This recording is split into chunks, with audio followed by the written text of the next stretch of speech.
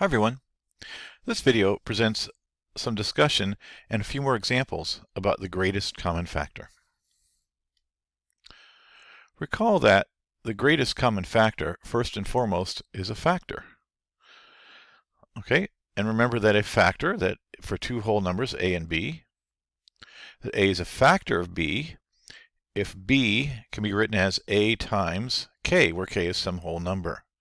So in other words, 5 is a factor of 40. Why is that the case? Because 40 equals 5 times some whole number. In this case, k equals 8. So the GCF, or greatest common factor, of two numbers, which is written GCF of AB, for the two numbers a and b, has two properties. First of all, the GCF is a factor of both numbers. Okay, so that takes care of two parts, the C and the G. It's a factor, so it's the F, of both numbers, so it's common. And lastly, the G part, it is the largest number that's a factor of both numbers, so it's the greatest common factor. In the notes, we focused on two strategies for finding the greatest common factor.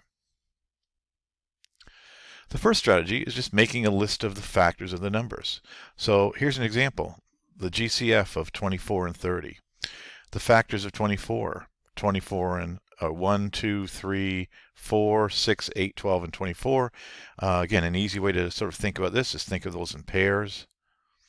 1 and 24, 2 and 12, 3 and 8, 4 and 6. That's often an easy way to think of your factors. Factors of 30 are listed here as well. Then, let me change my color on my pen. Oh, hold on, there you go. So, once you have the factors identified in each number, then it's sort of circle the ones that they have in common. So, they each have a 1, they each have a 2, they each have a 3, and they each have a 6. Those are the common factors, but the greatest common factor is the greatest among those lists. So the GCF of 24 and 30 equals 6. One drawback with the strategy, it's not very efficient, especially when you've got larger numbers. So that's the reason for strategy 2. Strategy 2 uses the prime factorization, or the prime factors, of the two numbers to find the GCF. So here's an example with, again, 24 and 30. Now we already know the answer is 6, but let's see how we get there with the prime factorization. 24, the prime factors of 24 are, when you use a factor tree, however you want to develop that, 2 to the third and 3. So 2 to the third times 3. And it's helpful, 3 is 3 to the first. So it's helpful to actually write that exponent. The prime factorization of 30 is, it's 2 times 3 times 5, which is 2 to the first, 3 to the first, and 5 to the first. So for the prime factorization strategy, what you want to do is first identify the prime factorization. Then, okay, and here's the process, identify the prime factors that the numbers have in common, and then the smallest exponent in each common prime. So what do they have in common? We've got 2 to the third, they each have a 2, and they each have a 3. And then you look at the exponents. So for the 2, the exponent on the 24 for 2 is 3, it's 2 to the third. The exponent on 2 for 30 is 2 to the first.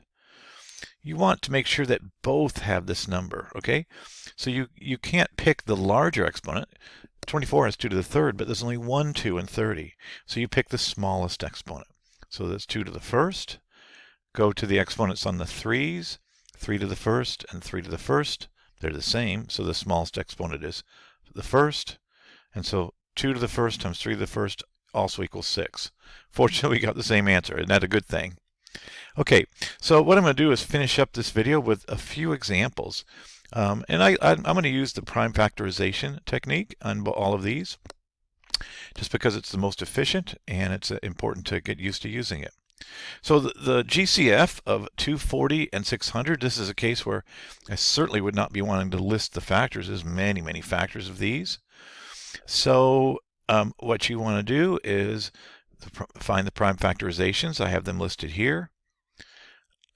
Prime factorization of 240, prime factorization of 600. Again, you would get those through a factor tree. And then for the GCF, we say what primes do they have in common? They've got a 2, and they each have a 3. Means these are ones they each have to have in common, and they each have a 5. And then you examine the exponents and pick the smaller of the two exponents. So for 240 is 2 to the 4th, 2 to the 3rd for 600. So 2 to the 3rd in your GCF. 3 to the 1st and 3 to the 1st, there's only one exponent. 5 to the 1st and 5 to the 2nd for the two numbers. So you choose the smaller of the exponent, which is 1. And what does that say? 2 to the 3rd, which is 8.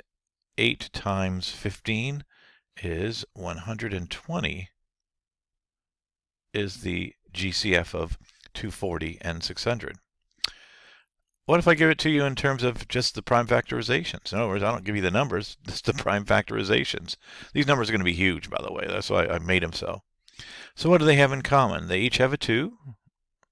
They each have a 3. This is letter number A. A has a 5, but B doesn't have any 5s, so 5's not in our GCF. B has a 7, but A doesn't have any 7s, but they both have 11. So then, the smallest of the two exponents. On the 2, I've got 2 to the 3rd and 2 to the 6th. So that's 2 to the 3rd. For 3, I've got 3 to the 3rd and 3 to the 1st. Smallest exponent is 1. For the 11, I've got 11 to the 6th and 11 cubed. So that's 3. So even without kind of fully multiplying out the numbers, we can find the GCF. All right, two final examples. First of all, what happens when you have 3 numbers? So a little wrinkle in our GCF. So for 3 numbers, with again you would not want to list the factors. That would be I was going to say nightmarish, but it would be a lot of work. All right, come up with the prime factorization of each, and here they are. Again, using a factor tree. And then you do the same thing as what you have been doing. Okay, prime factorization. You look at the 3 numbers. Common means that the GCF would have to be numbers that they each have in common. All 3 of them. All 3 of them have a 2. All 3 of them have a 3. All 3 of them have a 5. Again, if one of them had like an 11 or a 17, but the others didn't, it's not included. Only common factors. And then examine the exponents. The exponents on the 2, we've got a 4, a 3, and a 4. So the GCF would have the smallest of those 3 exponents, which is, I was going to say 8, sorry. That would be 3. Okay. And we'll make that a curly 3. 3 right there. All right. For 3, the exponents, we've got a 1, and a 2. The smallest of those 3 exponents is 1.